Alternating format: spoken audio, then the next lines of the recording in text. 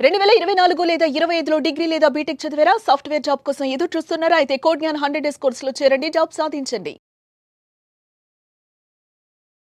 రాజకీయాల్లో చదరంగం ఆడమని పదే పదే చెప్తారు. ఎందుకంటే ఏ ఎత్తు ఎందుకు వేస్తారో తెలుసుకోవాలంటే చదరంగంలోనే ఆ క్లారిటీ వస్తుంది. ఇప్పుడు ఆపరేషన్ సింధూర్ తర్వాత ప్రపంచవ్యాప్తంగా జరిగినటువంటి పరిణామాలు భారతదేశాన్ని ఒంటరి చేసేటువంటి ప్రయత్నాలు. ఇవి రెండు కేంద్ర ప్రభుత్వాన్ని చికాకు పెడుతున్నాయి. ఈ క్రమంలోనే ప్రధాని నరేంద్ర మోడీ వేసినటువంటి అడుగు ఇప్పుడు ఆసక్తికరంగా మారింది. 3 దేశాల పర్యటన కోసం కెనడాలో జరిగే G7 సమ్మిట్ కోసం వెళ్తున్నటువంటి ప్రధానమంత్రి సైప్రస్ అనేటువంటి ఒక చిన్న దేశంలో ఎందుకు ఆగారు?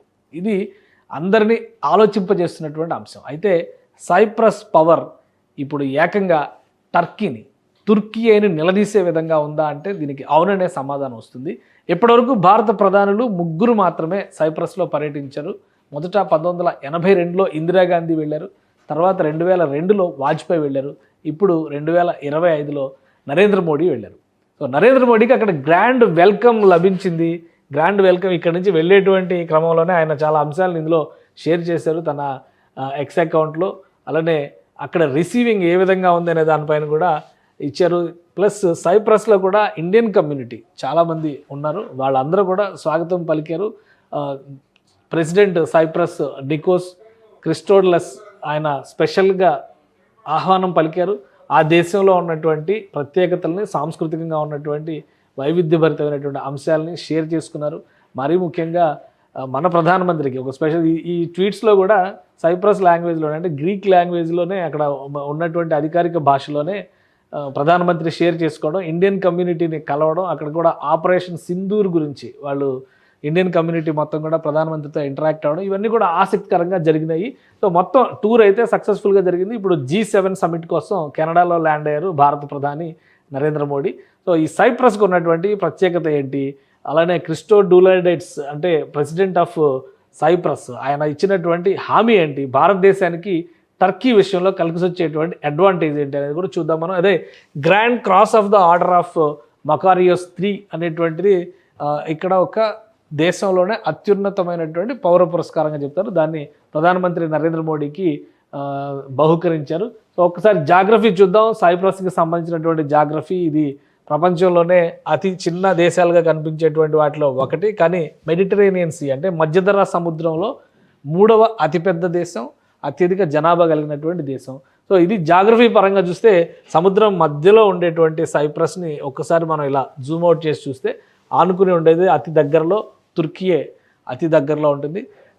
టర్కీకి సైప్రస్కి సంప్రదాయంగా చాలా కాలంగా వైరుధ్య భావజాలం ఉంది. ఒక విధంగా టర్కీ అనుసరిస్తున్నటువంటి విధానాల వల్ల సైప్రస్ నష్టపోతుందనేటువంటి ఆలోచన అక్కడ ఉన్నటువంటి స్థానిక ప్రజానీకంలో ఉంది. సో ఎప్పటికప్పుడు యుద్ధాల విషయంలో వచ్చినా కానీ, లేదా ప్రజలకు సంబంధించినటువంటి ప్రయోజనాల విషయంలో వచ్చినా కానీ ప్రపంచ మానవాళి కోసం టర్కీ నిలవదు అనేటువంటి విషయంలో సైప్రస్ చాలా బలమైనటువంటి వాదనను వినిపిస్తుంది. ప్లస్ ఇక్కడ జాగ్రఫీ పరంగా చూస్తే కూడా పశ్చిమ ఆసియాని ఆనుకుని ఉండేటువంటి ప్రదేశం ఇది. టెక్నికల్గా భారతదేశానికి ఇది దూరంగా ఉన్నప్పటికీ కూడా భారతదేశంతో ఉండేటువంటి స్నేహబంధం వలన ఇక్కడ ఉన్నటువంటి దేశాలను నియంత్రించడానికి సైప్రస్కి చాలా ప్రాధాన్యం ఉంటుందని చెప్పని భారతదేశం ఆలోచిస్తుంది. ఇక్కడ మనం గమనిస్తే ఇజ్రాయెల్ కూడా ఆనుకున్న ఇజ్రాయెల్ తీరం ఇటువైపు నుంచి ఇటు సైప్రస్ కనిపిస్తుంది. భారతదేశం ఇక్కడ నుంచి మనం చూస్తే కనుక ఇంత దూరంలో ఉంది, కానీ టర్కీని మాత్రం ఆనుకుని ఉంది. సో ఇక్కడ పాకిస్తాన్ భారత్ల మధ్య రాజుకుంటున్నటువంటి చిచ్చుకి తుర్కీయే ఆజ్యం పోసేటువంటి ప్రయత్నం చేస్తుంటే టర్కీ వ్యతిరేకత ఉన్న నేపథ్యంలో సైప్రస్కి దన్నుగా నిలవాలనేటువంటి రాజకీయ వ్యూహాన్ని, రాజకీయ చాతుర్యాన్ని భారత ప్రధానమంత్రి పోషించారు. ఎందుకంటే 2 దేశాల్లో పర్యటిస్తున్నారు ఆయన. ఒకటి సైప్రస్, ఇంకోటి క్రొయేషియా, తర్వాత కెనడాలో G7 సమ్మిట్లో పాల్గొన్నారు. సో టెక్నికల్గా ఈ 2 దేశాల మధ్య ఉన్నటువంటి సంప్రదాయ వైరుధ్యాన్ని భారత్కి అనుకూలంగా మలుచుకునేటువంటి క్రమంలో భారతదేశం సైప్రస్కి అండగా నిలుస్తుంది. అనేక పౌర ప్రాజెక్టులకు సంబంధించినటువంటి హామీలు కూడా ప్రధానమంత్రి ఇచ్చారు. భారతీయులు అక్కడ చేస్తున్నటువంటి, అంటే అక్కడ ఉద్యోగాలు చేస్తున్న వాళ్ళు కానీ, అక్కడ సెటిల్ అయినటువంటి వాళ్ళకి కానీ భారతదేశం అండగా ఉంటుందనేటువంటి సంకేతాన్ని ఇచ్చారు. సైప్రస్ని వీడి వెళ్ళేటువంటి క్రమంలో కూడా ఆంతరంగిక చర్చలు జరిగినాయి ప్రెసిడెంట్ నికోస్తో. సో ఈ చర్చల సారాంశం కూడా భారతదేశానికి అండగా నిలవడం, అంతర్జాతీయ సమాజంలో ముఖ్యంగా సెక్యూరిటీ రిలేటెడ్ వాటిలన్నింటిలో కూడా మద్దతు ఇస్తామనేటువంటిది ప్రకటించారు. ఇది ప్రెసిడెంట్ నికోస్తో జరిగినటువంటి సమావేశం తర్వాత ప్రధానమంత్రి చేసినటువంటి treat covering the full range of India Cyprus relations. ఇక్కడ full range of India Cyprus relations అంటే సైనిక సహకారం దగ్గర నుంచి వ్యాపారపరమైనటువంటి భాగస్వామ్యాల వరకు ఈ రెండు దేశాలు పరస్పరం సహకరించుకోవాలని చెప్పని డిసైడ్ చేసాయి. It is widely known that bilateral ties between our nations are time tested. Today we talked about cooperation in areas like defense, security, trade, technology, healthcare, renewable energy and climate justice. So almost అన్ని కీలకమైనటువంటి అంశాలు కూడా రెండు దేశాల మధ్య చర్చకు వచ్చినాయి. భారతదేశం పూర్తి స్థాయిలో సెక్యూరిటీ, డిఫెన్స్కి సంబంధించినటువంటి సహకారాన్ని అందిస్తుంది సైప్రస్కి అనేటువంటి భరోసాని ప్రధానమంత్రి ఇచ్చారు.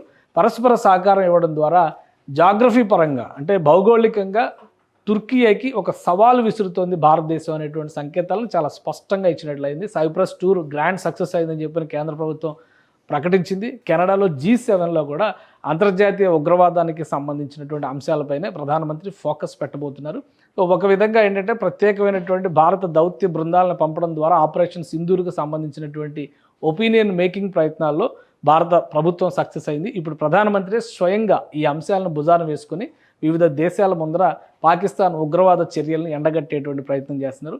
సైప్రస్తో చేసుకున్నటువంటి ఒప్పందాలు కానీ సైప్రస్తో కుదుర్చుకున్నటువంటి భాగస్వామ్యాలు కానీ రాబోయే రోజుల్లో తుర్కీకి పెను సవాలుగా మారేటువంటి అవకాశాలు ఉన్నాయి. సుమన్ టీవీలో మీ పర్సనల్ అండ్ బిజినెస్ ప్రమోషన్స్ కోసం కింది నెంబర్కి కాంటాక్ట్ చేయండి.